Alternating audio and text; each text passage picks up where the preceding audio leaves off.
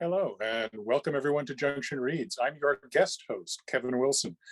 I'd like to start by thanking Alison Gadsby for inviting me to host today's interview with novelist George Lee, which I'm delighted to be able to do. Alison isn't getting the day off, though. She'll be in the background doing the technical stuff that Kaylee normally does, including taking questions through the chat. I'll start with the Junction Reads land acknowledgement. Junction Reads exists in Toronto.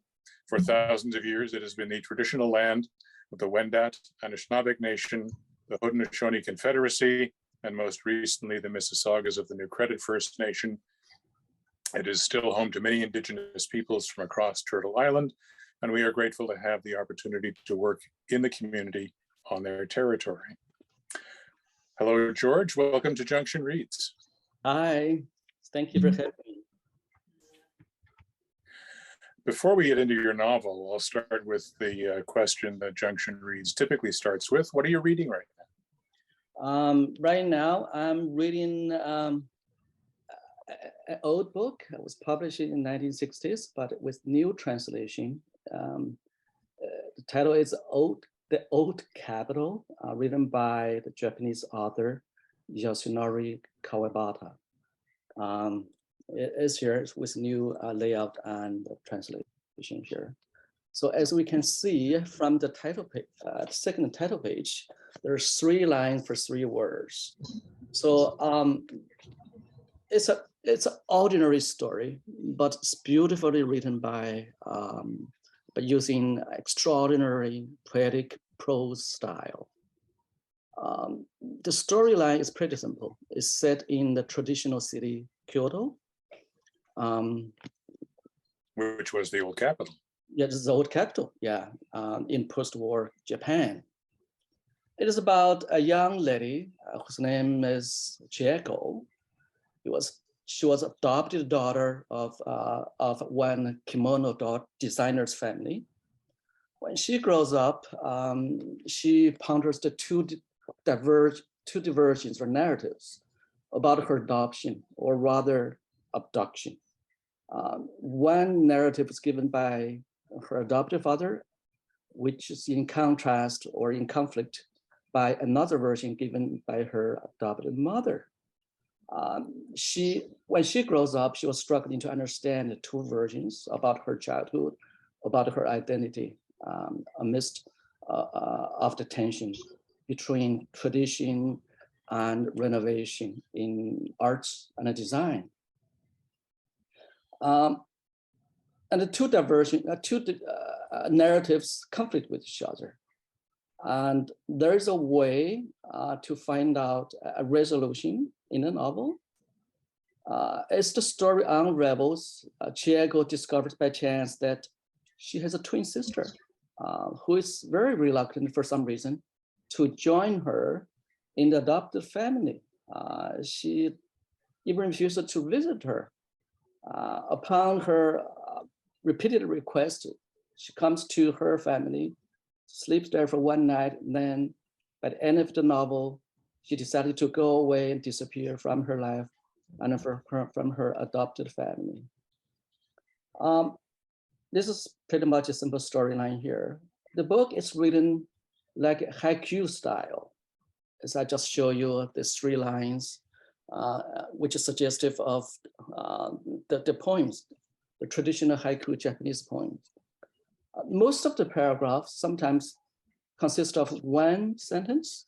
Most of them consist of 2 or 3 short sentences, which symbolize the style of the poem. But every sentence, as we can find, is imbued with profound meanings in the choice of language and a style. In psychology, one popular concept tells us less is more for human conception and understanding. So this is exactly what I experienced when I read The Old Capital. There's so much unsaid. You need to dive in. But lots of them are already alluded to in the style and in the choice of language. That's very intriguing. Yeah, so that I was enticed to dive deeper and deeper into the symbolic and spiritual dimensions in the book. I learned a lot from this type of style. It's not just one-dimensional writing on the surface of a narrative. We can dig deeper and deeper to find symbolic and metaphysical and spiritual meanings in the lines. Do you think that might influence your future writing? Yes, I think so. I'm trying to do this right now in my first book, Dance in the River, which I will talk about very soon. I highly recommend this book. I'm going to read again and again to appreciate the different meaning of the book.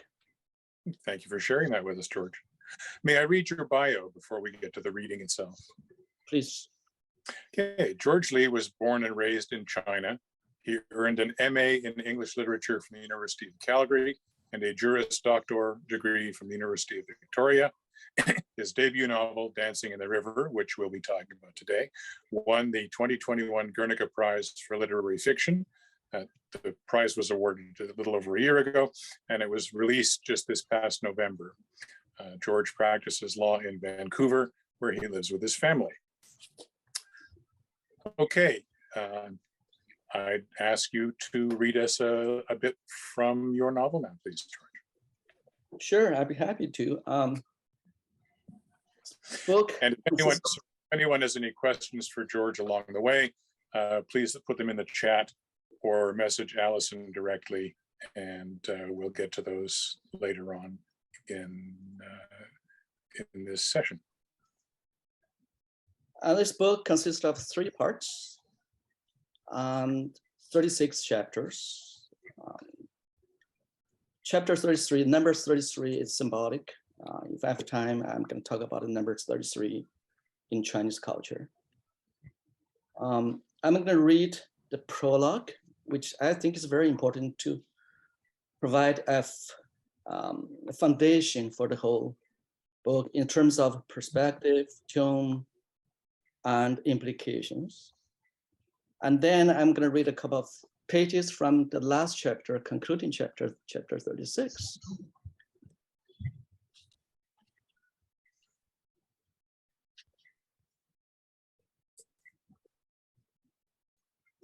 What is the best early training for a writer? A young writer once asked Ernest Hemingway. An unhappy childhood, Hemingway famously replied. I grew up in a mountain village on the Yangtze River in China. For a long time, I had been pondering whether to pen the story of my early life as a coming-of-age tale like David Copperfield. Before long, though, I discovered that I'm no Charles Dickens. As I recall, my writing journey began on my 3rd birthday when I was given a fountain pen, which I've kept to this day. After a pair of tiny hands gingerly uncapped the pen, I tried, for the first time in my life, to draw an eye, which, however, looked like a search. Seeing my arrow, my father added the last stroke on the top of the latter character to make me complete. To my young eyes, the 2 Chinese words looked identical. Chinese characters are very complicated, so are Chinese minds. Later at night, in my home in Canada, I would imagine that I, now very old, was reading my own novel to my grandchildren lying beside me on a comfy couch, mentally rehearsing this dialogue. Is this a true story, Grandpa? A pair of young, curious eyes fixed on mine. Sure it is, I replied, looking down at him from above my reading glasses. Is the Yangtze a long river? Yes, it is very, very long. That's why it's also called the Long River.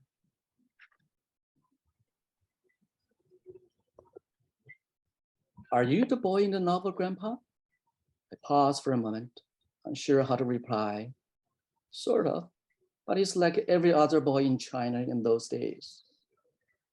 From time to time, I felt called to write about my early life through the lens of blended cultural sensibilities. At one point, I even attempted to write a book in my mother tongue. However, my tongue refused to agree with my thoughts. I was stumped when words failed to flow out, as if clogged in an underwater channel. For some reason, my audacious goal was stalled for many years. I invented alibis, as many of us do, when facing confession of a task too challenging. However, every day I devoted time to mental construction of the plot. By this time, I had learned that a plot is different from a story. For me, plot is a synchronicity, karma, fate. Looking back, I realized my life stories have unfolded themselves not from the outside, but from the inside. No coincidences in life. For me, this is a multi-dimensional book. In it, I'm both the author and the reader, the experiencer and the experienced, the thinker and the watcher, the dreamer and the dream, the farmer and the father and the son. Most importantly, between the two ends of the spectrum, I'm a silent witness as well. To that end, the characters in the book walked into my life, both literally and symbolically. Some of them represent an unfathomable depth of reality. My grandmother is such a character. So are some of my childhood friends. This book carries an allegorical burden to unearth the truths about the mystery of life and of myself. My journey began at a river, traveling from body to mind, then to soul, from learning to becoming, from the visible to the invisible. Over the years, in the deep corners of my mind, I kept hearing the waves of the river crashing against every cell of my inner being, until one day I could no longer ignore them when my mind was thrown into a swirl of great tides as the memories flooded back.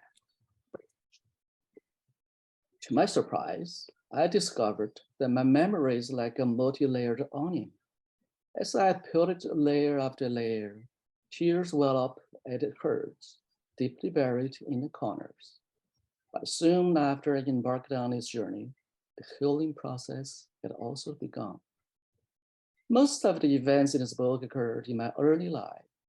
My memory knows what I have remembered, and it agrees with me.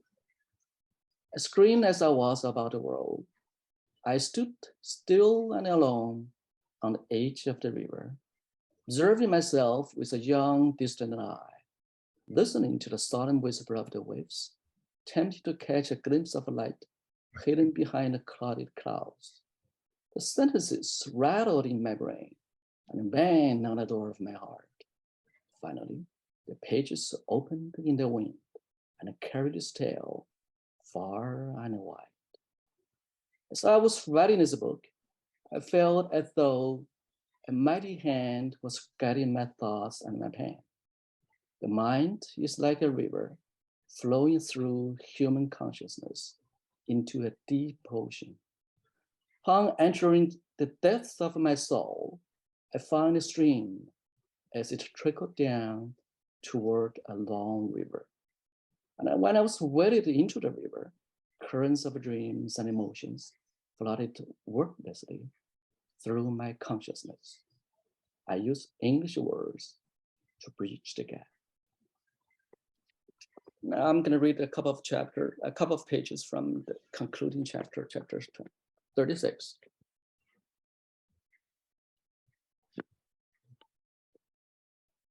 On the day of my departure, Grandma's tiny feet tottered on the heaving gangway as she saw me off at the wharf. "When coming home, you remember the tale you told me, Grandma?" "What tale?" "About a celestial bird with 9 heads." Grandma paused to recall.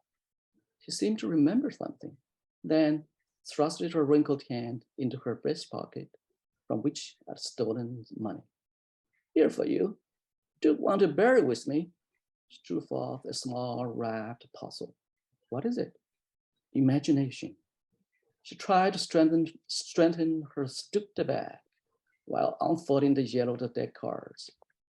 My old feet are rooted to this earth. Time is like a butcher's knife. Cut off my wings a long time ago, she sighed. Go fly toward the sky, where the river flows, where you can find home. Actually, the whole world is your home now. Her voice was cracking. Tears filled her eyes. I held imagination firmly onto my breast. I had read in a science magazine about a mother bird teaches a baby bird to fly. Mother first drops the food just outside the nest to motivate the baby to flap its wings, then drops it further and further from the nest to motivate the baby to fly. Once a full-fledged bird is ready to leave the nest and takes flight on its own wings, its mother would never expect it to fly back home. To me, Grandma was an angelic bird, pointed by fate to show me the true meaning of life. When the night was dark, she had not seen the blackness, but radiance of the stars. She accepted the whole of her life, a realm beyond joy and sorrow, pleasure and pain, a place where she beheld truth and found freedom. My vision blurring, I guessed this beautiful soul, who endured sorrows as though dining at a banquet, who faced torment as though enjoying a companion on a lonely night, who never complained that the night was too dark or too deep, who always held the present in her hands with her 1,000-year-old patience. She knows that as one who experienced life, you create the world inside you, a place where you do not necessarily suffer in face of pain. She stood in life like the mountains, unmoved by the winds of pain. This is the secret to life that Grandma imparted to me. Oh, thank you for that, George. That was really lovely. Thank you. You've dealt with this pretty extensively in the prologue already, but to what extent is Dancing in the River memoir, and to what extent is it fiction, or is it possible to draw that line with any kind of clarity?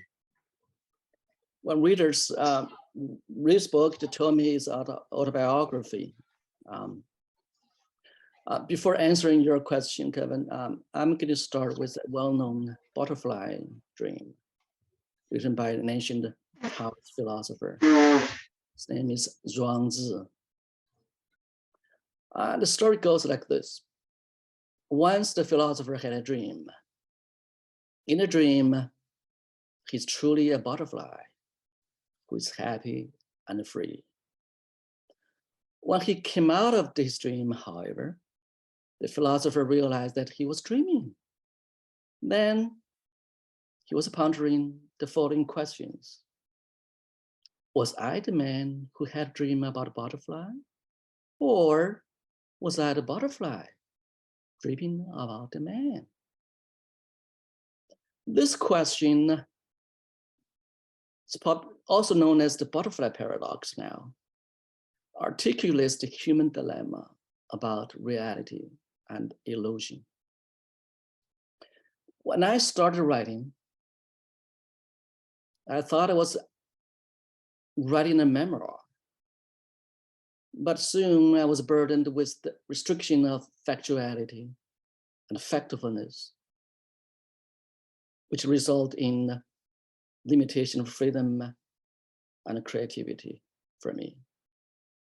Subsequently, I had a change of heart and a mind.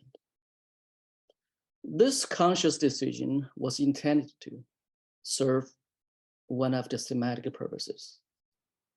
For me, The limitation of a memoir, if any, is manifested in the perception of reality as experienced in the writer's mind. Such a narrative basically is the expression of I'm on that, or I am that, or I am this or that. In such awareness, the reader may experience the limitation of consciousness concurrently with the writer. The butterfly paradox is such an example. It shows that we as human beings are both limited and unlimited, both the self and the other, both the dreamer and the dream. That is what I had expressed in the prologue from the beginning. For me, without this dual perception, fiction may become single-dimensional and dull eventually. Therefore, a fiction like this may create illusion for the reader. We face this paradoxical nature in our daily life constantly, unconsciously, for most of the time. We oscillate between fact and fiction, reality and illusion, good and evil in our minds and in our society as well.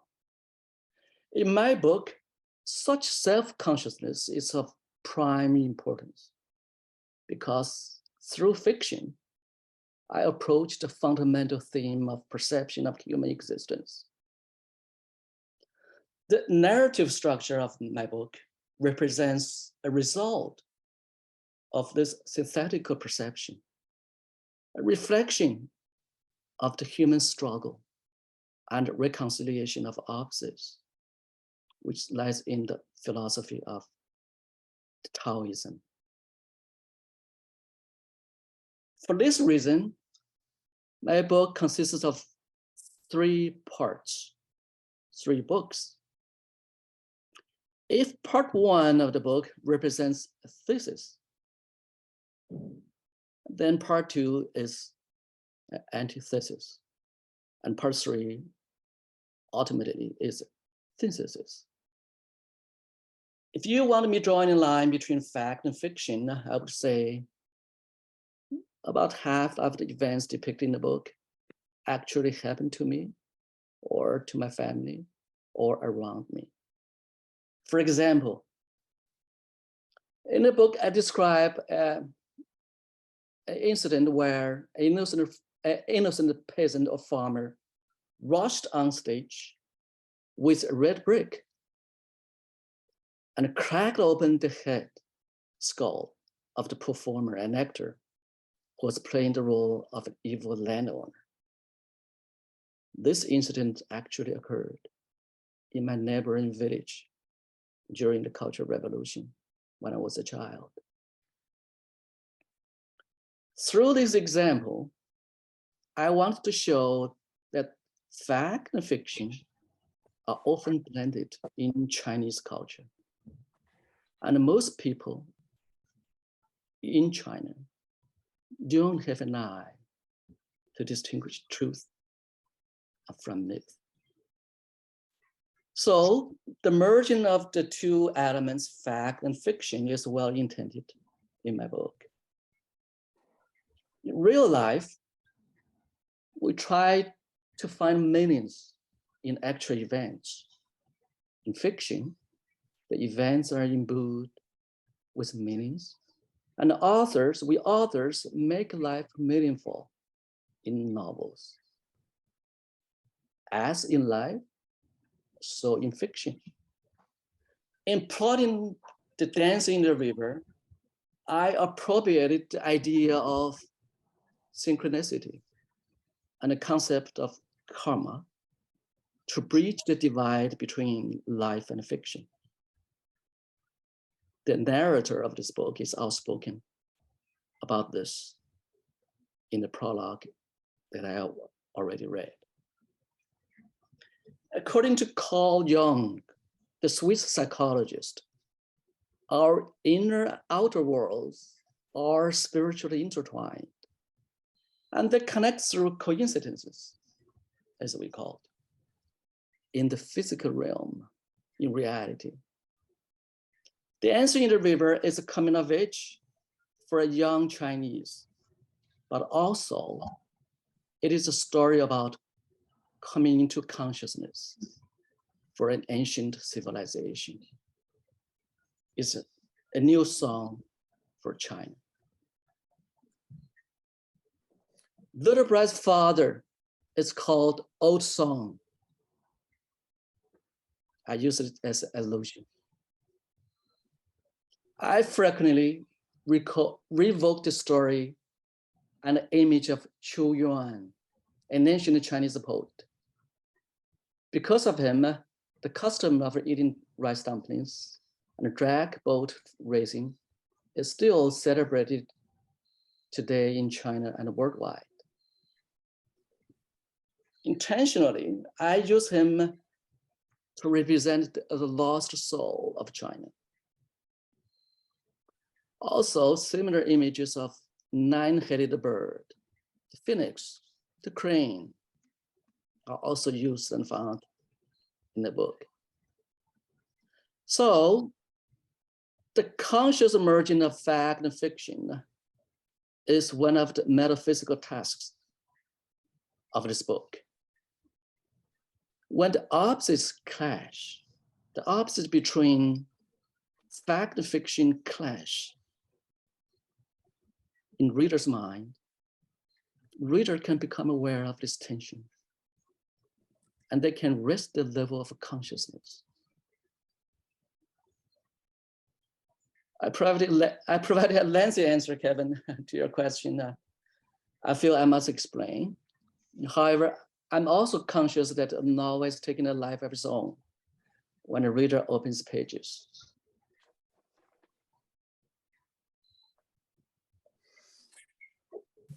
Thank you for that, George. That I think even more so than the prologue to the book just shows how richly you have thought through the nature of your own story and the process of turning it into something that, while it's grounded in memoir, is no longer just memoir, which you accomplished very well. From that generality, can I focus it a little bit on the grandmother? Because the narrator's grandmother is such a key figure in the book. In the context of what you've just told us now, can you expand a little bit on how much overlap there is between your grandmother, the actual woman, and the grandmother who, Little Bright's grandmother, who appears in the story? Okay, the short answer is yes. My grandmother, who inspired me to become a writer. Yes, she is the character's prototype. In Chinese culture and literature, a grandma is almost always the archetypal image of the suffering mother or the suffering motherland.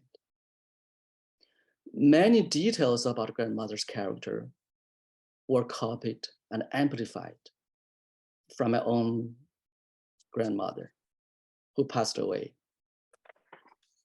I used the grandmother character to show the paradoxical nature and my ambivalence toward Chinese culture and belonging, the concepts of roots and uprooting and the like. This is alluded to in the meditative reflections in the concluding chapter, which I have read today.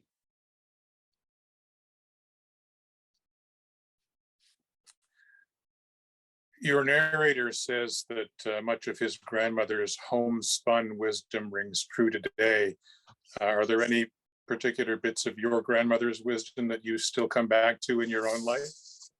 the whole wisdom is summarized in the chapter I just read about the wisdom my grandmother imparted on me about the meaning of life, to find hope and brightness in the deep night of darkness. Very nice. There are a lot of nature images in Dancing in the River, the mountain, the moon, and of course the river. And they play an important role in the book, both literally and metaphorically. Can you expand, like maybe pick one of those and tell us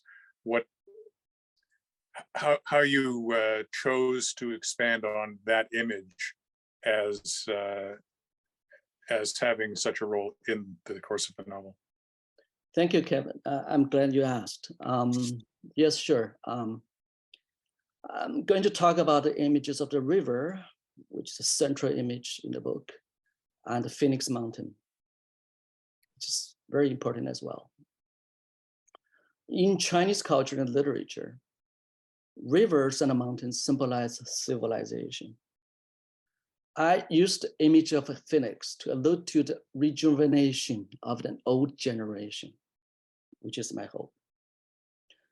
The river, as you can see, is a central metaphor in the book that serves multiple thematic functions. Let's start from the river itself, Yangtze. The Yangtze is the lifeblood of this ancient civilization. Like a gigantic dragon, the symbol of dragon is like a symbol in China. The head of the beguiling river starts from the Tibet plateau. The body stretches all the way through the heart of the land, crossing 9 provinces, and its tail flows to and merges with the East Ocean Sea. For me, it is a perfect metaphor to represent the people, culture, the history of an ancient civilization. The following words are put into the mouth of the narrator when he reflects in a meditative tone in the concluding chapter, which I'm going to read.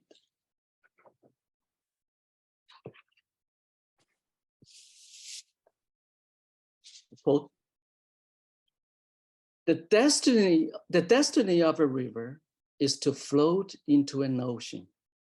The fate of humans is to seek out and walk toward their destiny. Unquote. As the narrator aptly points out in the prologue, this book is multidimensional and carries a symbolic burden.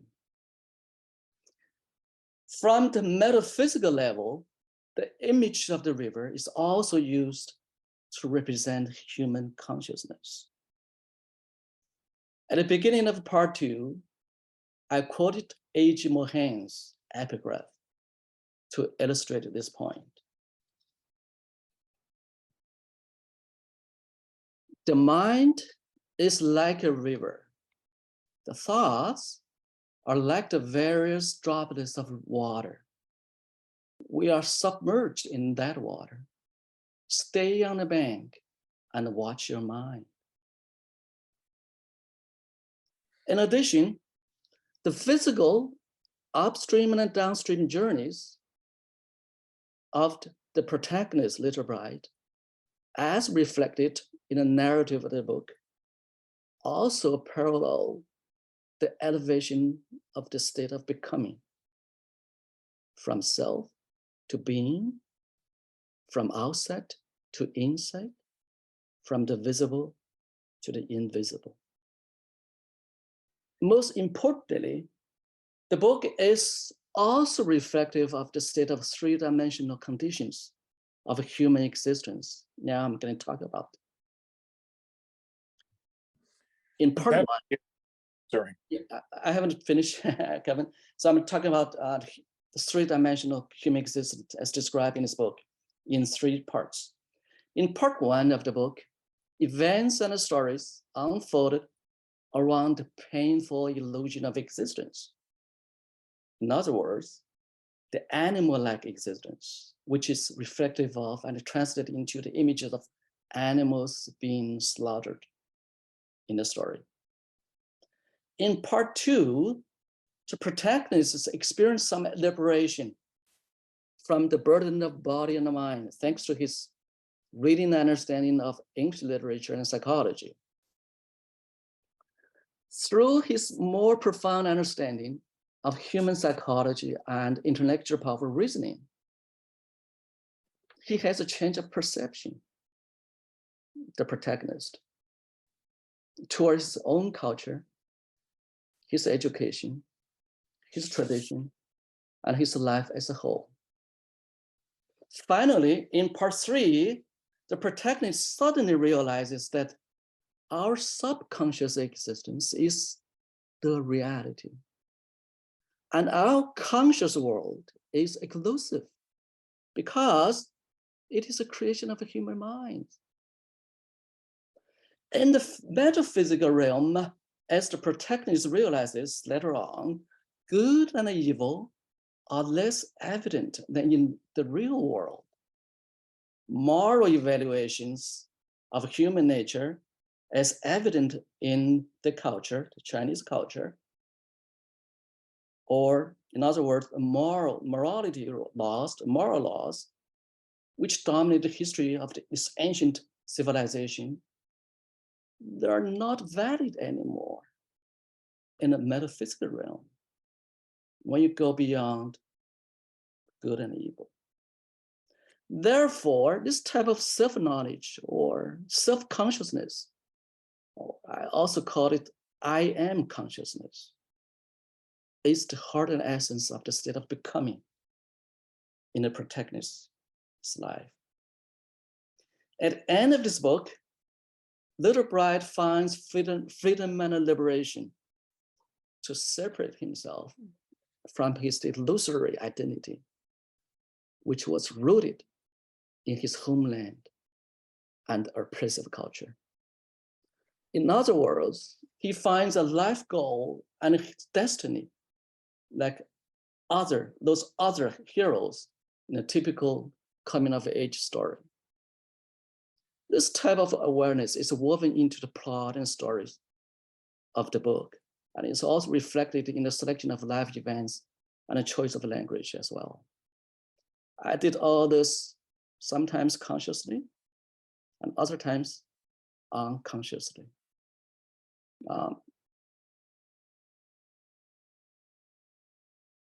Now I'm going to be talking about the image of the moon, as you mentioned, Kevin. The moon is seen as a goddess in Chinese culture, like Artemis in Greek mythology. It has a unique role in Chinese culture and literature. It represents the intuitive mind, passionate love and emotions, nostalgia and homeland. This book represents the Chinese psyche or the Chinese heart, which is alluded to in part two in the lyric known as "The moon represents my heart." The moon is also a metaphor for our subconscious mind in the book. If we can say the sun represents a reasoning mind. The narrator in the book calls the moon as the Chinese moon, which is another allusion. Once again, Kevin is giving a non answer. From now on, I'm going to keep my answers short. Well, these are important things in terms of how you conceived the novel, how you created the novel, how the novel developed either in accordance with, or maybe sometimes veering away from your conception of how it should play out. But especially with broad images like the river and the mountain and the moon, obviously there's a lot to talk about there. I'm pleased that you've shared with us some of your thinking about the importance of those images to the book. There are other sort of more focused images. We have the fountain pen that little Bright chooses on his third birthday, and you tell us in the prologue that you chose a fountain pen from objects presented to you on your third birthday.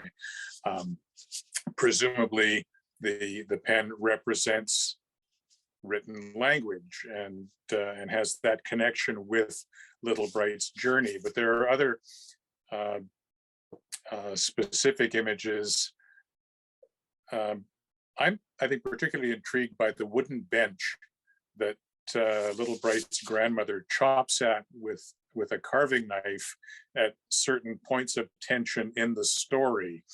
Can you tell us a little bit about the importance of that image? Sure, Kevin. I'm glad you asked this question.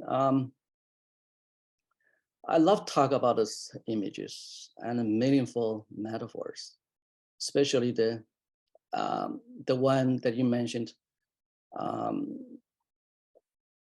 China ball.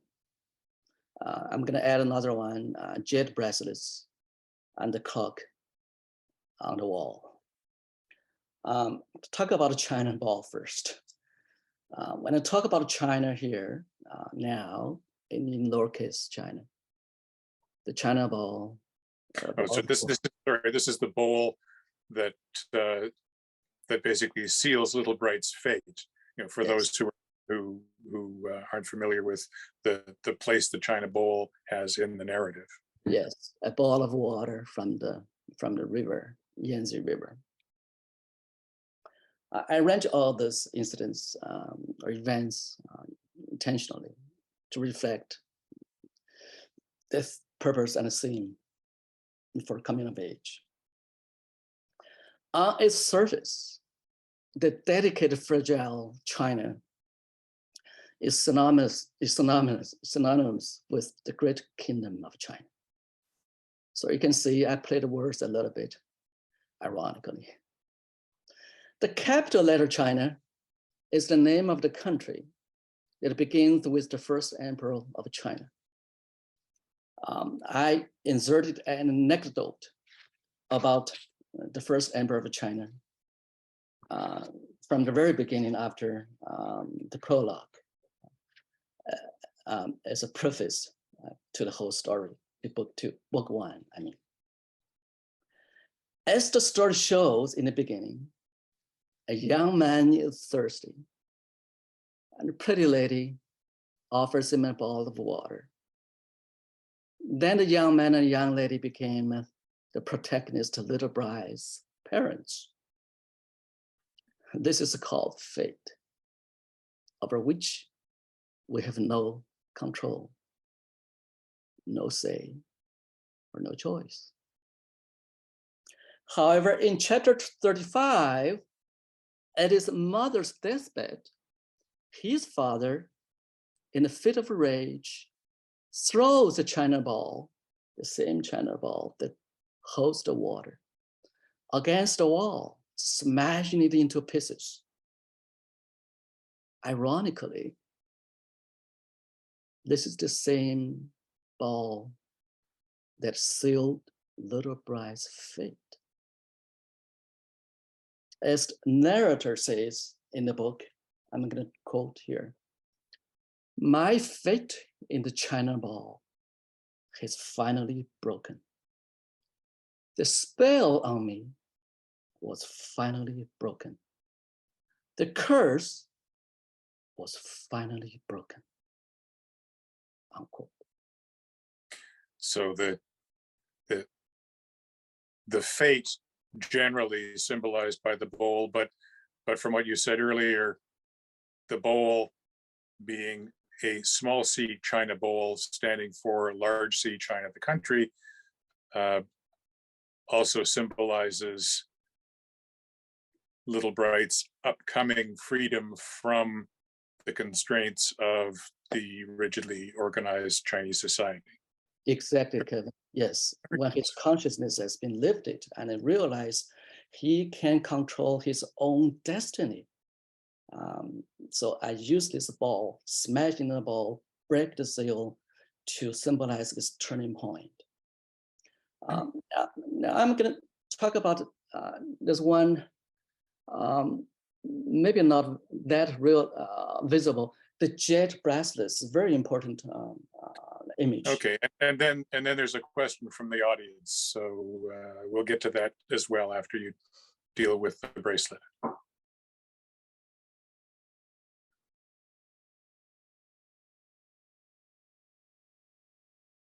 Oh, I was saying, go ahead with the bracelet, and then we'll take a question. Okay. The bracelet in the book, a couple of bracelets were passed on to mother, by her mother, grandma, who inherited them from her mother, means a tradition, inheritance, that was meant to say. Eventually, the bracelets are buried with mother in her tomb near the conclusion of the book. Typically, the symbol of a jet is a treasure, seen as a token of good luck. But in this book, I turn it around to use this image to represent the generational curse that was broken by the little bride. Right. Another important image I use frequently in the book, the image runs through from the beginning to the end in the book, is the wall clock. When the protagonist is born, the wall clock chimes at midnight, which coincides with the celebration of a national day of the country. Of course, which is, this arrangement is intentional. According to the story, the wall clock is a gift to celebrate the marital union of little bride's parents. The clock has weathered the storms of history, changes in time and space. At the end of the part one, the narrator says on page 95, when Chairman Mao Zedong dies, I'm going to quote, as usual, the pendulum of life continued swaying in the old wall clock, although the ticking was drawn out from time to time, particularly on a windy or rainy day. Gradually, the rhythm of that sound drowns out all else, including time, space, human destiny, unquote. At the end of the book, however, when the mother dies, the wall clock stops ticking. Time is lost, space is lost. We're entering another realm, beyond time and space, beyond good and evil, beyond the physical reality. So those images have symbolic meanings in the story. And that sounds consistent with the thesis, antithesis, synthesis that you talked about earlier, and the Taoist notion of the merging of opposites, or the almost the non-existence of opposites, if you take the philosophy that far. Okay, Allison, I gather from you that we have a question. We do. There is a question from David. There seems to be a lot of lawyers who are great writers. Is there something about studying the law that lends itself to writing, in particular, fiction? I think yes, for me, because, okay, I'm gonna say I studied literature first. my thinking was literary. I use imagination quite a lot because I heard lots of fairy tale stories. But when I go to law school, when I was attended law school, I had a paradigm shift from imaginary thinking to reasoning thinking. At that time, I understand that our brain divided into two sections or hemispheres. One is for imagination, intuitive thinking, and another is for analytical and reasoning thinking. If you combine them together, I'm talking about going over the opposites, and then it can help you either as a lawyer or as a writer, doesn't matter.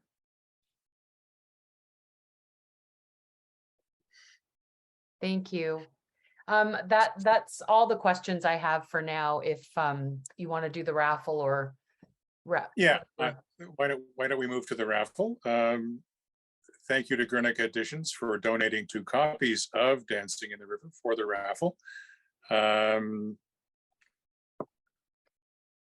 Allison, you normally turn it over to Kaylee at this point, so yeah.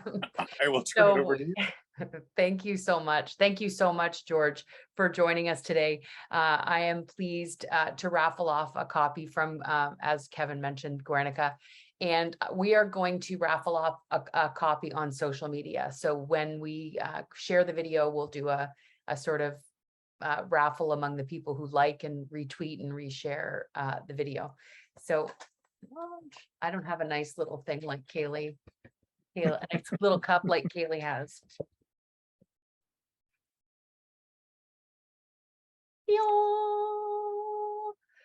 Anna Dotto. Congratulations, Anna. And for bringing a smile to our faces while we're listening to George and watching your cat. So cute. Thank you so much, Anna. You can just send me an email with your mailing address and I'll get Anna from Guernica to send that out to you. Okay. All that remains for me, I think, is to say follow Junction Reads at www.junctionreads.ca and on social media at Junction Reads and at the First 30 for its new writers series to check out the season schedule. And Junction Reads will be back with Allison in the chair on January 15th, when she will be welcoming Paul Songa with his novel, Because of Nothing at All. Thank you so much, George, for sharing your thoughts and insights about your novel with us and from reading from it. Thank you. And thank you so much, Kevin, for stepping into my chair while I sat in Kaylee's chair. You did a fantastic job. I look forward to having you back again in 2023. And you can find out more about K.R. Wilson's books and where you can buy them at his website, www.krwilson.ca. And you can find out more about George's book at guernicaeditions.com. And you can also buy it directly from Guernica or your favorite local bookstore. Thank you so much, everybody, for joining us. Thank you, George. Thank you, Kevin. Thank you, Allison. It was humbling to be asked to guest host, and I'm grateful for the plug. You'll be asked again, so don't. Thank you, everybody.